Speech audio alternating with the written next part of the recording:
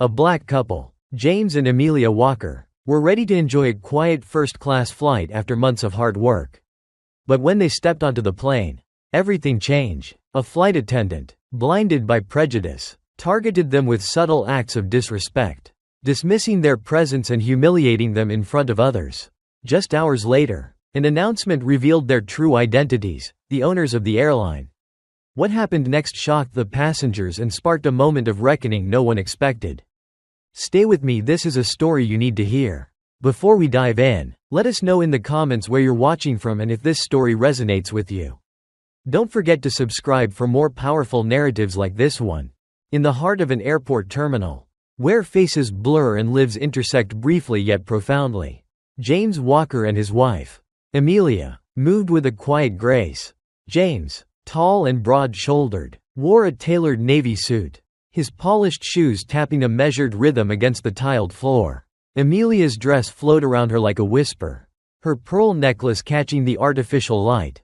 Together, they looked every bit the image of dignity and success, though their skin, a rich and unmistakable brown, often spoke louder than their polished attire. The first sign came at the check-in counter. Karen, the flight attendant manning the desk, offered them a perfunctory greeting, her eyes skipping over them with disinterest. Her tone, clipped and professional, masked an undercurrent of dismissiveness.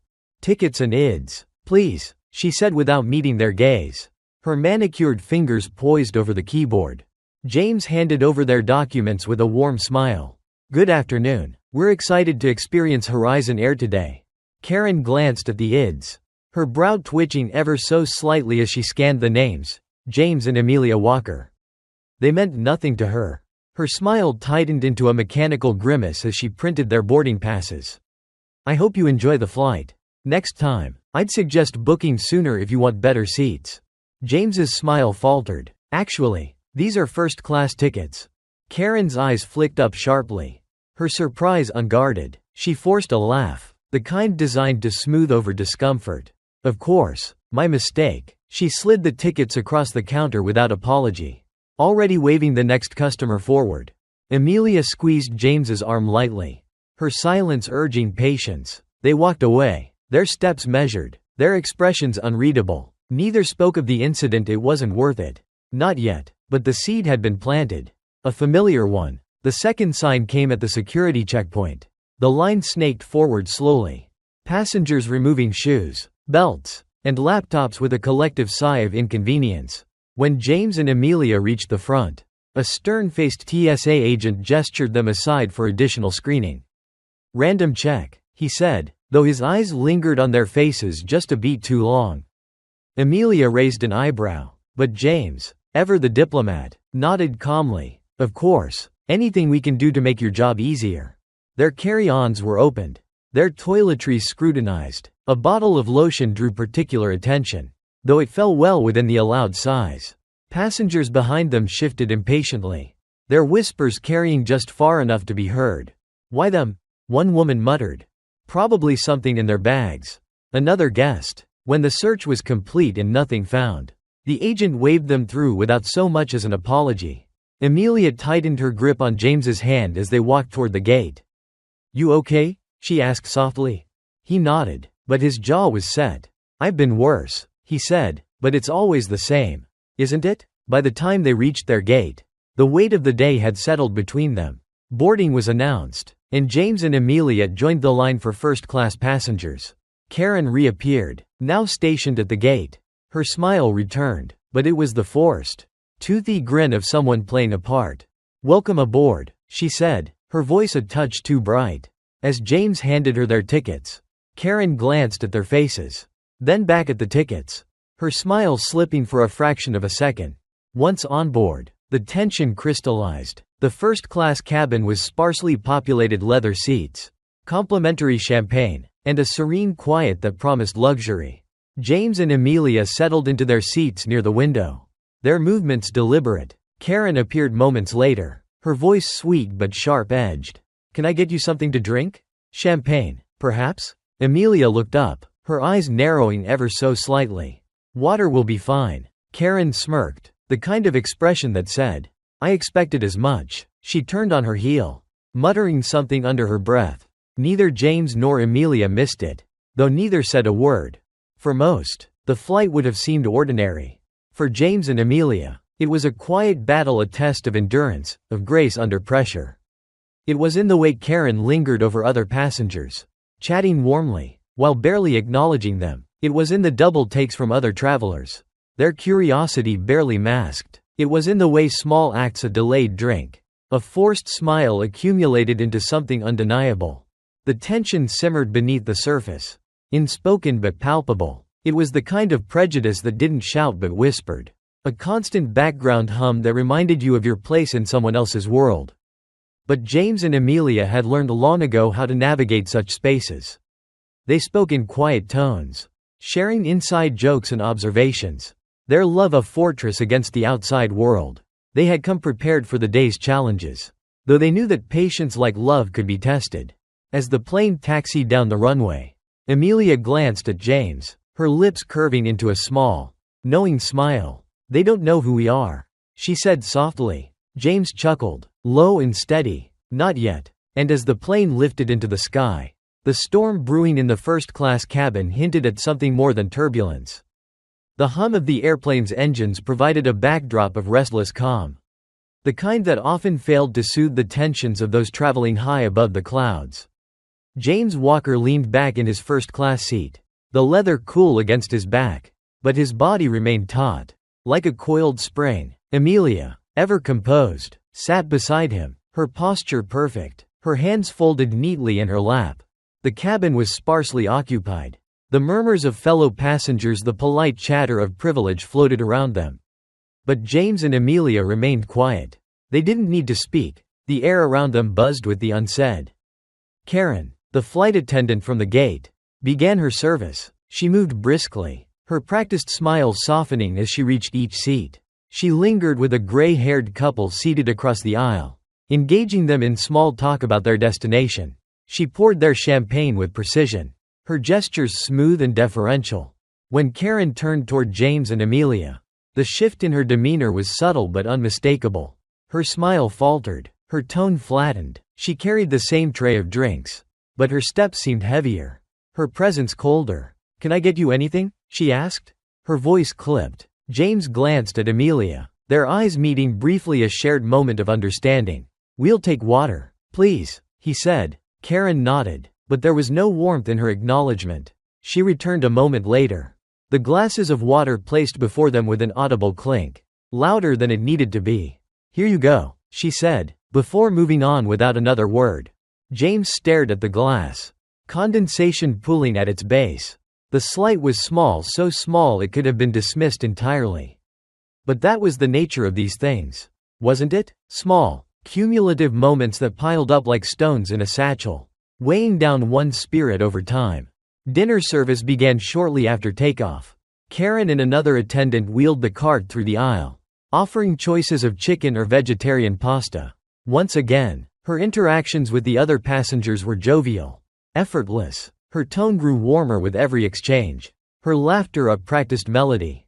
When she reached James and Amelia, her manner cooled like a snap of late autumn air. She sighed audibly before speaking, as if the effort of serving them had sapped her strength. "Chicken or pasta?" she asked. "We'll both have the pasta," Amelia said, her voice polite but firm. Karen's lips tightened into a thin line. She handed over the trays without comment, her eyes skating past them as though she'd already moved on. As Karen turned to the next row, Amelia leaned toward James. "You'd think we asked for a 7-course meal," she murmured, her tone low but sharp. James chuckled softly, though there was no humor in it. "Let her keep stacking the bricks," he replied. "Sooner or later, the wall will topple." The meal ended, and Karen began collecting trays. She moved with mechanical efficiency, her smile reappearing briefly as she thanked other passengers. When she reached James and Amelia, she hesitated. "Finished?" she asked, her tone suggesting she hoped they were done so she could move along quickly. Amelia handed over her tray, her expression serene but her gaze steady. "Thank you," she said pointedly. Karen blinked, as if the simple courtesy had unsettled her. She muttered something under her breath, something about manners, and walked away before James could hand her his tray. He placed it on the edge of the seat, letting it sit conspicuously in her absence. The undercurrent of tension rippled outward. The other passengers in the cabin began to notice. A man in a suit glanced at James and Amelia. His brow furrowed slightly as though puzzling over what he'd just witnessed. A woman across the aisle lowered her newspaper, her eyes darting between the couple and the flight attendant. James caught the woman's gaze for a fleeting moment. She looked away quickly, feigning interest in the crossword puzzle on the page. It wasn't guilt he saw in her expression, it was discomfort. The kind of discomfort that came from proximity to something you'd rather not acknowledge. As the plane flew deeper into the night, Karen's presence became more sporadic. She avoided their row entirely during the next round of drink service. Bypassing them without a glance, Amelia let out a small, incredulous laugh. "It's almost impressive," she said. James shook his head, a faint smile tugging at the corners of his mouth. "It's predictable." Later, when the cabin lights dimmed, James leaned back in his seat and closed his eyes. He tried to let the rhythm of the plane's engines lull him into sleep. But his mind raced. He thought about his father, who had faced far worse in his lifetime: overt threats, blatant exclusion. He thought about his grandfather, who had been forced to ride at the back of a bus, who had known the taste of humiliation so well it had flavored every word he spoke. And yet, here James was, in first class, on a plane owned by his own company, still carrying the weight of invisible shackles. The chains were lighter now, less visible, but they remained. Amelia broke the silence. "Do you think she knows who we are?" James opened his eyes and turned to her. "I don't think it would matter if she did." Amelia nodded slowly. "Maybe, but it'll matter soon enough." Her words hung in the air, heavy with implication. James turned his gaze toward the window, watching as the lights of the earth stretched into the horizon. Somewhere out there, beyond the clouds, was a world they'd fought to build. A world that still resisted their presence in subtle and insidious ways. And in this cabin, at 30,000 feet, the struggle continued, not with fists or shouts, but with glances, tones, and silences that spoke louder than any words. As the plane cruised through the night sky, the tension between them and Karen remained unresolved, a quiet storm gathering strength. But James and Amelia had weathered worse. They knew that even the strongest storms could break, given time and the right kind of pressure. The cabin lights had dimmed, casting the first-class section in a muted glow. Passengers settled into the rhythm of the flight, their conversations dwindling to whispers or disappearing altogether. James Walker, ever observant, noticed how the quiet seemed louder in moments like these, amplifying tensions that others might dismiss as trivial. Karen's absence was conspicuous. She had stopped making rounds in their section. And when another flight attendant, a younger man with an eager smile, came to check on James and Amelia, Karen's avoidance became undeniable. "Can I get you anything, sir, ma'am?" the attendant asked, his tone sincere. Amelia shook her head. "We're fine for now, thank you." The young man smiled, then glanced nervously toward the galley. James caught the subtle shift in his demeanor, the way his posture stiffened slightly before he moved away. He was covering for her. James realized it wasn't unusual. Workers often shielded one another, especially when they sensed trouble brewing. Amelia turned to James. "It's deliberate now." He nodded, his expression unreadable. "It's always deliberate. That's what makes it effective."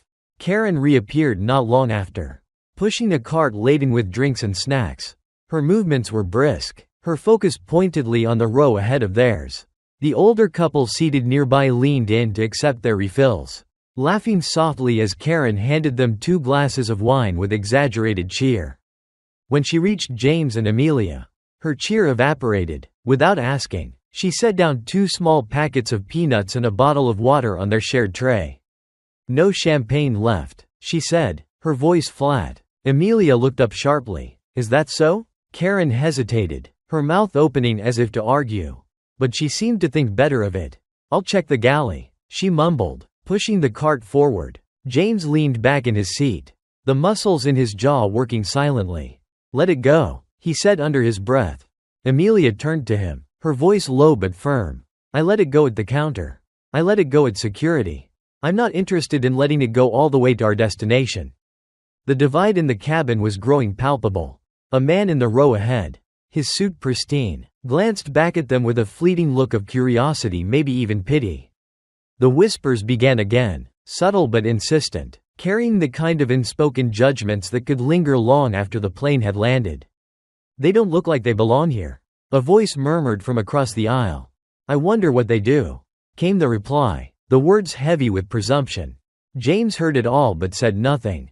He had mastered the art of silence as resistance, knowing that sometimes restraint spoke louder than confrontation. But Amelia, whose patience was as formidable as her wit, was reaching her limit. Dinner trays cleared. The cabin settled into an uneasy stillness. James and Amelia, now deliberately ignored, busied themselves with books and quiet conversation.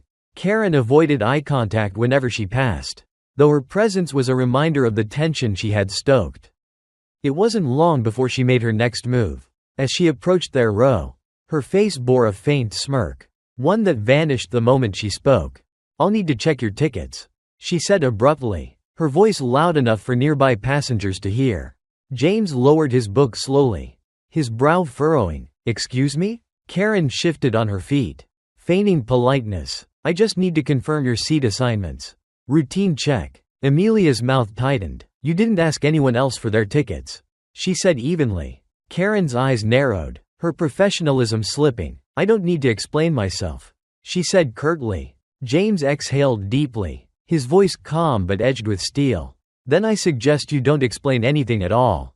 Karen's face flushed, but she didn't press further. She turned abruptly and walked away. Her steps clipped, her retreat almost triumphant. The murmurs around them grew louder.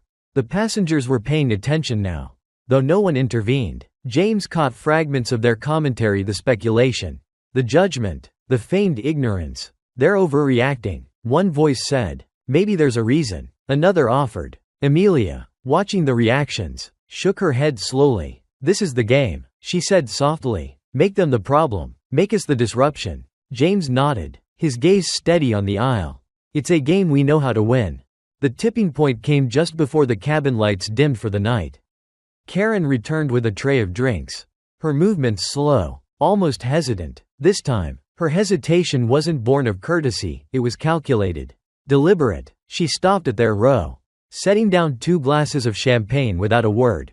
Amelia raised an eyebrow. "What's this?" Karen's smile didn't reach her eyes.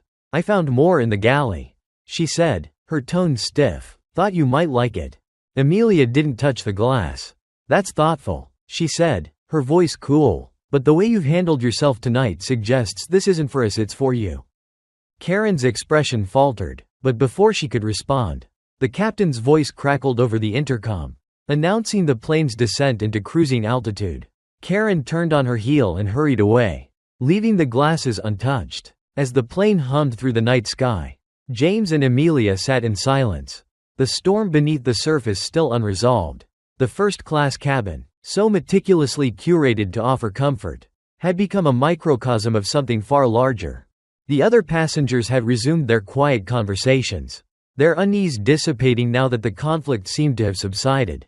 But for James and Amelia, the quiet was a reminder of the broader challenge they faced not just on this flight, but every day. Amelia broke the silence, her voice barely audible over the hum of the engines. "She doesn't know who we are." James glanced at her, his gaze steady. "She doesn't need to know. It's not about us." Amelia nodded slowly, her eyes fixed on the window. "No, but it will be." And with that, the tension in the cabin shifted again, not with resolution, but with the promise of what was to come. The unspoken battle of dignity and prejudice, of power and silence, was far from over. But James and Amelia had spent their lives preparing for moments like these. The night stretched on, the plane slicing through the darkness. Somewhere beyond the horizon, the dawn awaited, though the storm still lingered, heavy and unyielding. The flight had settled into its mid-air rhythm. The lights dimmed, the hum of the engines a steady, lulling drone. Yet for James and Amelia Walker, peace remained elusive. While other passengers sank into their leather seats, masks over their eyes, or headphones blocking out the world, the tension in their row felt sharper than ever, an invisible thread pulling tighter with every passing moment. James sat upright, his book open but unread. His eyes moved over the lines, but his thoughts lingered elsewhere, replaying the evening's events like a reel that refused to stop. Amelia, beside him, was similarly restless. her fingers idly tracing the edge of the armrest. The air between them felt heavy. But it was a weight they knew well. The next encounter wasn't long in coming.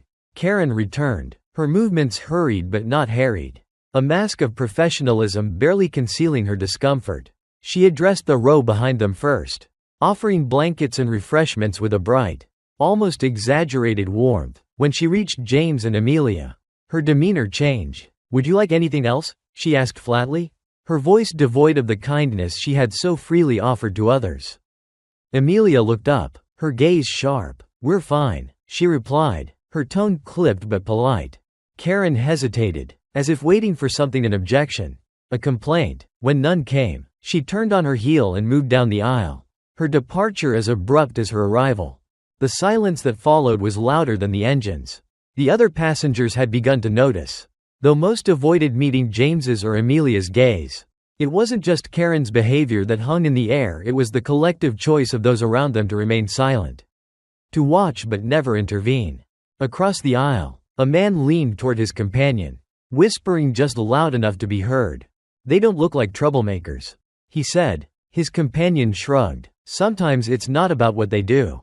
It's how people feel about them." The words weren't meant to be cruel, they were observational, detached, but they stung nonetheless. A reminder of how easily humanity could be reduced to perception rather than truth. Later, during the in-flight snack service, the tension escalated. Karen reappeared, her tray laden with options, fruit plates, small sandwiches, tiny bowls of soup. She moved methodically, offering each passenger a choice and lingering just long enough to exchange pleasantries. When she reached James and Amelia, her tone hardened. "Fruit or sandwich?" she asked. The words clipped. James looked up, his expression calm but unyielding. "The soup, please." Karen hesitated, her brow furrowing. "That's for premium passengers only." Amelia turned sharply, her voice low but firm. "We are premium passengers." Karen blinked, flustered for a moment before recovering. "I'll see what I can do," she said, though the edge in her voice suggested she wouldn't try very hard. She walked away, leaving James and Amelia without an answer. It wasn't about the soup, never about the soup. It was about the subtle indignities, the microaggressions that piled up until they became impossible to ignore. For James and Amelia, this was no isolated incident, it was part of a pattern. A recurring theme in a story they had lived too many times. The culmination came during the announcement of the in-flight survey. A cheerful voice over the intercom encouraged passengers to rate their experience with Horizon Air.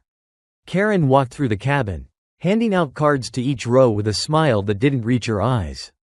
When she reached James and Amelia, she hesitated, her fingers brushing the cards but not offering them. For a moment, she seemed to deliberate, her gaze flickering between them and the passengers seated nearby.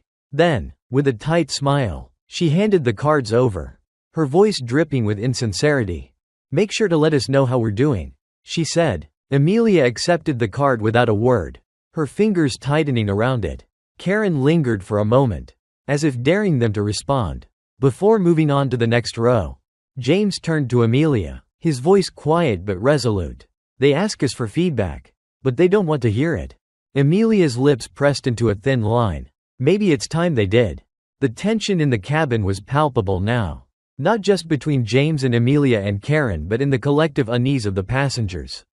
The first-class section had become a theater. Each interaction a performance of subtle power dynamics that everyone could see but no one dared address. The man across the aisle shifted uncomfortably, his newspaper forgotten. The older couple 2 rows ahead exchanged glances, their expressions a mix of sympathy and guilt. Even the younger flight attendant, the one who had covered for Karen earlier, seemed to avoid their gaze. His movements hurried as he busied himself with other tasks. But no one said anything. No one intervened. As the cabin lights dimmed further and the hum of the engines deepened, Amelia leaned toward James, her voice barely a whisper. "You think she knows?" James shook his head slowly. "No, but that's not the point. It's not about who we are, it's about who she thinks we're not." Amelia nodded, her expression thoughtful but tinged with frustration. "She's playing a game she doesn't understand, and we're letting her win." James looked at her, his gaze steady. Not for much longer. The night deepened, and the plane sailed forward.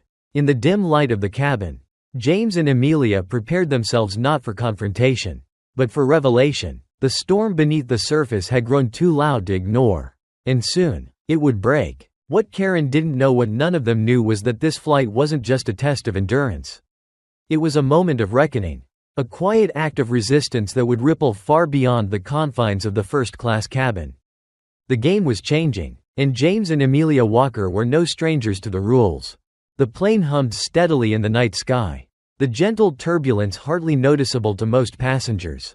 But for James and Amelia Walker, the turbulence wasn't in the air, it was in the cabin, in the weight of the unspoken and the unseen. The tension had grown thick, layered by interactions that were too deliberate to be coincidence, yet subtle enough to go unchallenged. Karen's avoidance had turned into something sharper. Her veneer of politeness, already brittle, began to crack under the pressure of her own choices. The first-class cabin had become her stage, and every glance, every word, every decision was a performance she no longer controlled. The first sign of escalation came when Karen returned to collect the feedback cards.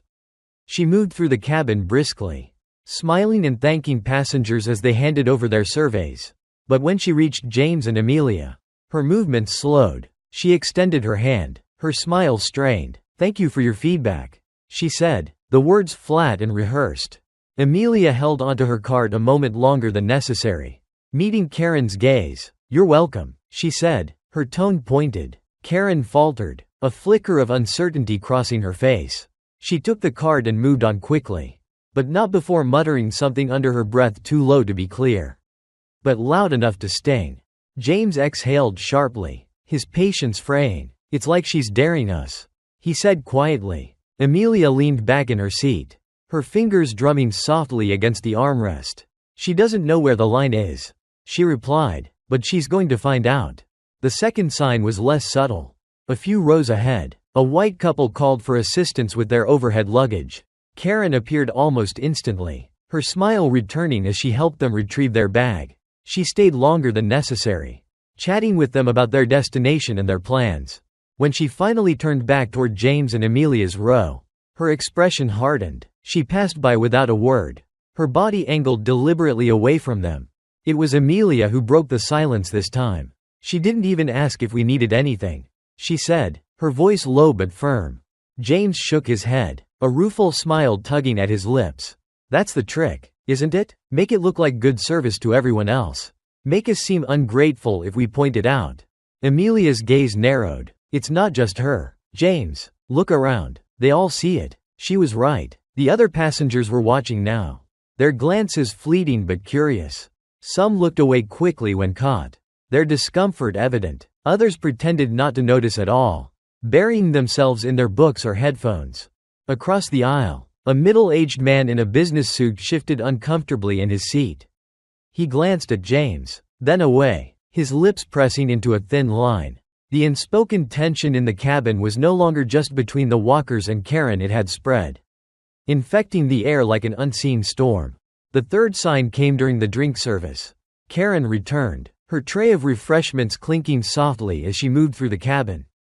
She served the passengers ahead with her usual, exaggerated cheer, lingering just long enough to make them feel special.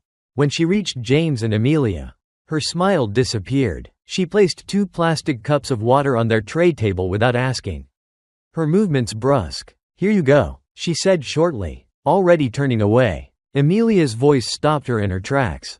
"Excuse me," she said, her tone sharp enough to cut. Karen froze, her back stiffening. She turned slowly, her expression carefully neutral. "Yes?" Amelia gestured toward the tray. "Is there a reason we weren't offered the same choices as everyone else?" Karen blinked, caught off guard. I assumed water would be fine," she stammered. James's voice joined Amelia's, calm but firm. "You assumed wrong." Karen's face flushed, her mask slipping for just a moment. She opened her mouth to respond but seemed to think better of it. "I'll get you something else," she said, her voice tight. She walked away quickly, her shoulders stiff. The murmurs started again, low but persistent. The other passengers exchanged glances, their unease growing. The man across the aisle leaned toward his companion, whispering something that James couldn't quite make out. Amelia folded her arms across her chest, her expression resolute. "They're uncomfortable," she said, They should be, James replied. The tipping point came when Karen returned, carrying a tray with 2 glasses of champagne. She placed them on the tray table with deliberate care, her smile forced and brittle. "Here you go," she said, her voice saccharine. Amelia didn't touch the glass. "Thank you," she said coolly, her gaze steady on Karen's face. Karen hesitated, her composure cracking. "Is there a problem?" she asked, her voice defensive. James leaned forward slightly, his tone measured but firm.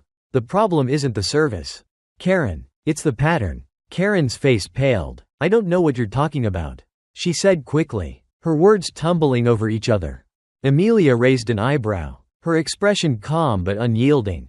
"Maybe you don't, but you will." The cabin grew quieter, the tension thick enough to cut. Karen retreated to the galley, her movements hurried and flustered. The passengers around them avoided looking directly at the walkers now, their discomfort palpable. James glanced at Amelia, his voice low but steady. "She's unraveling." Amelia nodded, her expression thoughtful. "And everyone else is watching." The unspoken battle had reached its peak, the storm beneath the surface threatening to break. But James and Amelia weren't just passengers on this flight, they were witnesses, participants, and ultimately, agents of change. Karen's behavior was no longer just a personal slight, it was a mirror, reflecting the deeper, systemic truths that everyone in the cabin would have to confront. As the plane continued its journey through the night, James and Amelia prepared themselves for what was to come. The storm was far from over, but they were ready. They always had been. The plane's engines roared softly as it continued its passage through the night sky. But the first-class cabin was anything but calm. The tension had reached a boiling point, a quiet storm brewing beneath the surface of polite smiles and lowered gazes. For James and Amelia Walker, it was another reminder that sometimes, the most cutting acts of exclusion were the ones cloaked in civility. Karen had withdrawn to the galley, her absence conspicuous but almost welcome. The remaining flight attendants moved cautiously, avoiding the walkers' row altogether. It wasn't fear that drove them, it was complicity, the silent agreement to let the situation play out without interference. The other passengers, too, had settled into their roles as spectators, their discomfort now tinged with curiosity. Whispers floated through the air like smoke, curling and lingering in the space between judgment and denial. "Do you think they'll say something? They've been quiet so far. They don't look like troublemakers. But you never know." It was during this fragile quiet that Karen returned. She carried herself with an air of forced confidence, her head held high as though willing herself to ignore the weight of the eyes watching her. She approached the walkers' row with deliberate slowness, her expression carefully blank. "Is there anything else I can get you?" she asked, her tone straining for politeness but falling short. Amelia looked up, her gaze sharp but calm. "You've done enough, thank you." Karen stiffened, her cheeks flushing. "I was just trying to make sure everything is to your satisfaction."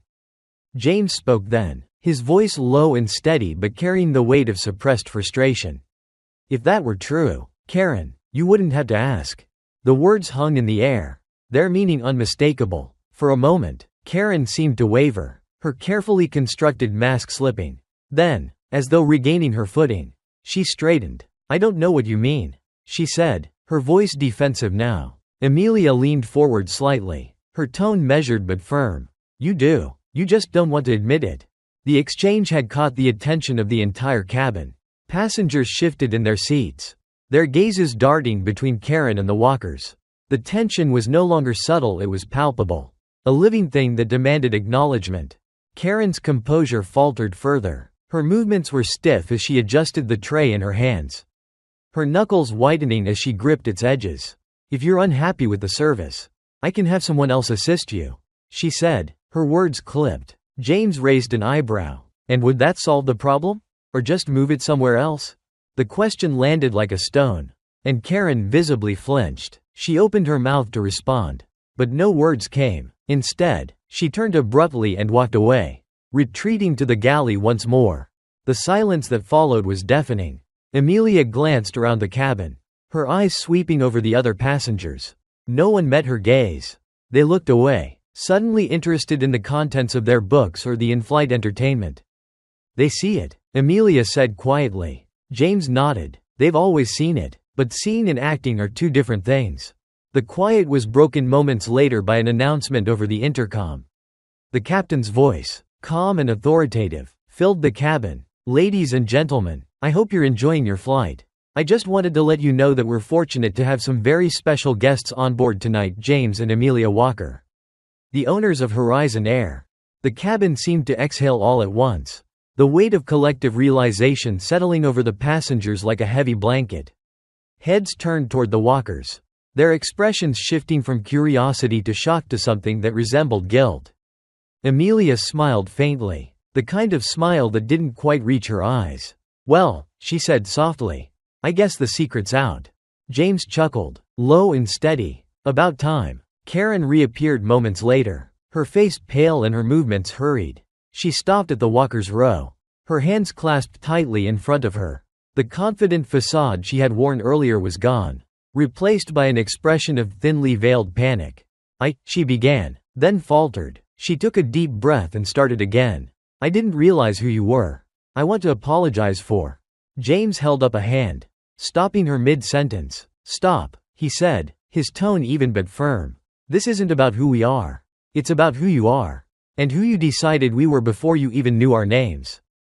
Karen's mouth opened and closed, but no sound came. The color drained from her face as his words sank in.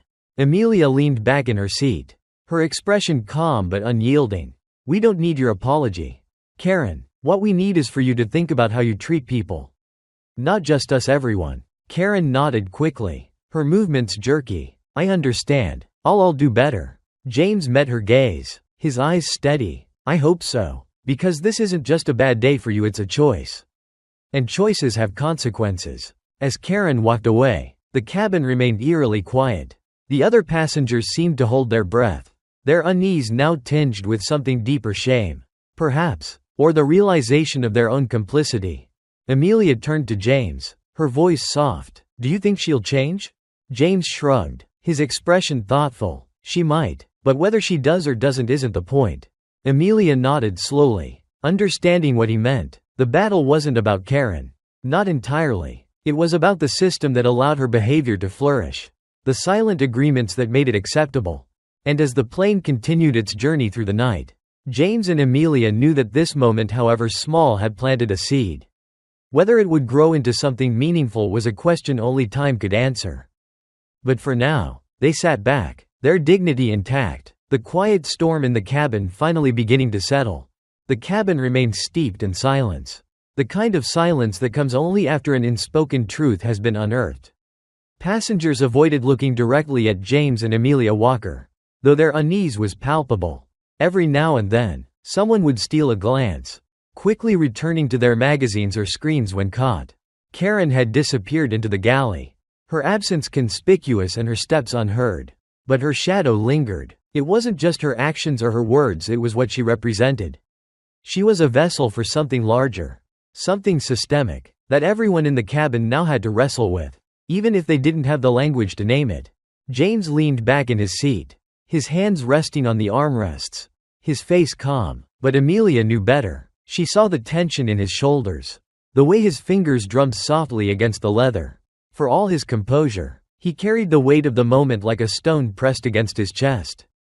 The next challenge arrived not with words, but with actions or the lack thereof. A different flight attendant emerged from the galley, a young man with a bright smile that didn't quite reach his eyes. He approached James and Amelia's row, his movements hesitant. "Mr. and Mrs. Walker," he began, his voice careful, "I just wanted to say we're honored to have you on board tonight." Amelia smiled faintly, but her eyes held a sharp edge. "Thank you," she said, her tone cool. The attendant lingered, shifting his weight from one foot to the other. "If there's anything I can do to make your flight more comfortable, please don't hesitate to let me know." James tilted his head slightly, studying the young man. "Is that offer for us? Or for everyone?" The attendant blinked, startled by the question. For everyone, of course," he stammered. James nodded, his expression unreadable. "Good. Then just do your job. That'll be enough." The attendant flushed, murmuring an awkward apology before retreating to the galley. The murmurs among the passengers resumed, low but insistent. Words like overreaction and misunderstanding floated through the air. cloaked in the language of plausible deniability. "They're making a big deal out of nothing." Someone whispered. "It's not like she said anything that bad." Another replied. Amelia's jaw tightened. "Do you hear that?" she asked. Her voice low. James sighed, his gaze fixed on the seat in front of him. "I hear it. I've heard it all my life." Amelia shook her head slowly. "It's not just her, James. It's them. All of them. Sitting there. Watching. Pretending this isn't their fight. It's easier that way," James said. "Easier to pretend that silence isn't a choice." Karen reappeared a few minutes later. Her composure carefully reconstructed, she moved through the cabin with forced efficiency, her eyes avoiding the walkers entirely. When she stopped at the row behind them, she bent low, speaking in hushed tones to an elderly white woman who nodded sympathetically. The woman glanced at James and Amelia, her brow furrowed in disapproval. She leaned toward Karen, her voice carrying just far enough to be heard. "You've been so professional. Some people just like to make a scene." Karen's response was too quiet to catch, but her smile said enough. Amelia stiffened, her hands curling into fists on her lap. "Did you hear that?" she asked. Her voice taut. James nodded, his expression hardening. Every word. The captain's voice broke the tension, crackling over the intercom with an announcement about the flight's progress. But even his calm tone couldn't smooth over the rift that had formed in the cabin. Moments later, the older woman from the row behind leaned forward, her voice loud enough to address the walkers directly. "Excuse me," she began, her tone clipped. "I couldn't help but notice the fuss earlier. I just wanted to say, some of us appreciate how hard the staff works. It's not easy dealing with difficult passengers." Amelia turned slowly, her gaze sharp as a blade. "Is that so?" The woman blinked, clearly not expecting a response. "I just think people should be more understanding. No need to make everything about race." James's voice was quiet but firm. "If it isn't about race, then what is it about?" The woman faltered, her confidence wavering. "Well, I didn't mean anything by it. I just think everyone should get along." Amelia leaned forward, her voice steady but tinged with anger. "Getting along doesn't mean ignoring the problem. It doesn't mean pretending it doesn't exist because it makes you uncomfortable." The woman flushed, her gaze dropping. She muttered something inaudible and turned back to her seat. The final test came not from Karen, but from the passengers themselves. As the plane began its descent, the whispers grew louder, their edges sharper. "I don't understand why they're upset," someone said. "It's not like they were mistreated," another replied. Amelia turned to James, her voice low. "They're not even trying to hide it now." James nodded slowly. "They think this moment belongs to them. But it doesn't. It never did." As the plane touched down, the first-class cabin buzzed with restless energy. Passengers gathered their belongings, their movements hurried, their eyes avoiding the walkers. When the plane finally came to a stop and the passengers began to disembark, James and Amelia remained seated, waiting for the aisle to clear. Karen approached them one last time, her expression carefully neutral. "Thank you for flying with us," she said, her voice strained. James looked up at her, his gaze steady. "I hope you've learned something tonight." "Karen." She hesitated, her mask slipping just slightly. I have," she said, though her tone suggested she wasn't sure what that something was. Amelia smiled faintly, but there was no warmth in it. "Good, because this isn't just about us. It's about everyone you'll serve after us. Think about that." Karen nodded quickly and walked away. Her steps hurried, her shoulders tense. As James and Amelia rose to leave, the man across the aisle finally spoke, his voice hesitant. I just wanted to say I'm sorry for not saying anything earlier." James paused, his expression softening slightly. "It's never too late to start doing the right thing." The man nodded, his face thoughtful, and as the walkers stepped off the plane, the first-class cabin was left in their wake, filled with passengers who could no longer pretend they hadn't seen what they'd seen. For James and Amelia, the battle wasn't over. It never would be. But tonight, they had forced the world, however briefly, to look itself in the mirror. And that, they knew, was worth something. The airport was alive with its usual chaos, voices echoing, the rhythmic click of luggage wheels on tile, announcements cutting through the air like static. Yet for James and Amelia Walker, the clamor of their surroundings faded into the background. As they stepped off the plane and into the terminal, the weight of the flight lingered, heavy and unresolved. Karen had retreated long before the other passengers filed out, her demeanor a tangle of remorse and self-preservation. But her absence didn't erase the echoes of her actions. Nor did it silence the quiet complicity of those who had witnessed everything and said nothing. Amelia adjusted the strap of her bag on her shoulder, her movements deliberate. "What happens next?" she asked, her voice soft but laced with tension. James glanced at her, his expression calm but resolute. "That depends on them," he said. Them appeared not long after. A cluster of airline executives, dressed in sharp suits and polished shoes, stood waiting near the VIP lounge. Their faces lit up when they spotted James and Amelia, their polished smiles almost too eager. "Mr. and Mrs. Walker," one of them called, stepping forward with outstretched hands. Amelia tilted her head slightly, her own smile faint. "Ah, the cavalry," she murmured under her breath. James met the man's handshake with a measured grip. "Good evening," he said, his tone neutral. The executive's smile wavered for a fraction of a second, but he recovered quickly. "We hope your flight was comfortable," he said, his words careful. Amelia's gaze sharpened. "Comfortable?" she repeated, her tone making the word an accusation. The executive's smile froze. "Well, yes, I mean, we aim to provide the best experience for all of our passengers, especially you two." James crossed his arms, his stance firm but composed. "Then you have work to do." The executives exchanged uneasy glances. It was clear they had anticipated gratitude, perhaps a polite nod to their presence. Instead, they were met with the quiet force of accountability. "We'd like to hear about your experience," one of them said, his voice hesitant. Amelia raised an eyebrow. "Do you really want to hear about it? Or do you want us to tell you what you want to hear?" The question landed heavily, and for a moment, no one spoke. James finally broke the silence. "Your staff needs training," he said, his tone measured, "not just in service, but in respect, not just for us, but for everyone." The lead executive nodded quickly, his expression serious now. "Of course, we'll look into it immediately. We take these matters very seriously." Amelia tilted her head. "Do you? Or are you only serious because we own the airline?" The executive faltered, his polished facade cracking under the weight of her words. The tension escalated when Karen herself appeared in the distance, her steps hesitant as she approached the group. She had changed out of her uniform, her civilian clothes a stark contrast to the professional image she had tried so hard to project on the plane. Her eyes met James's and then Amelia's, and she froze, as though caught in a spotlight.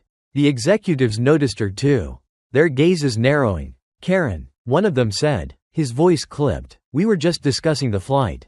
Karen swallowed hard, her voice trembling when she spoke. "I want to apologize.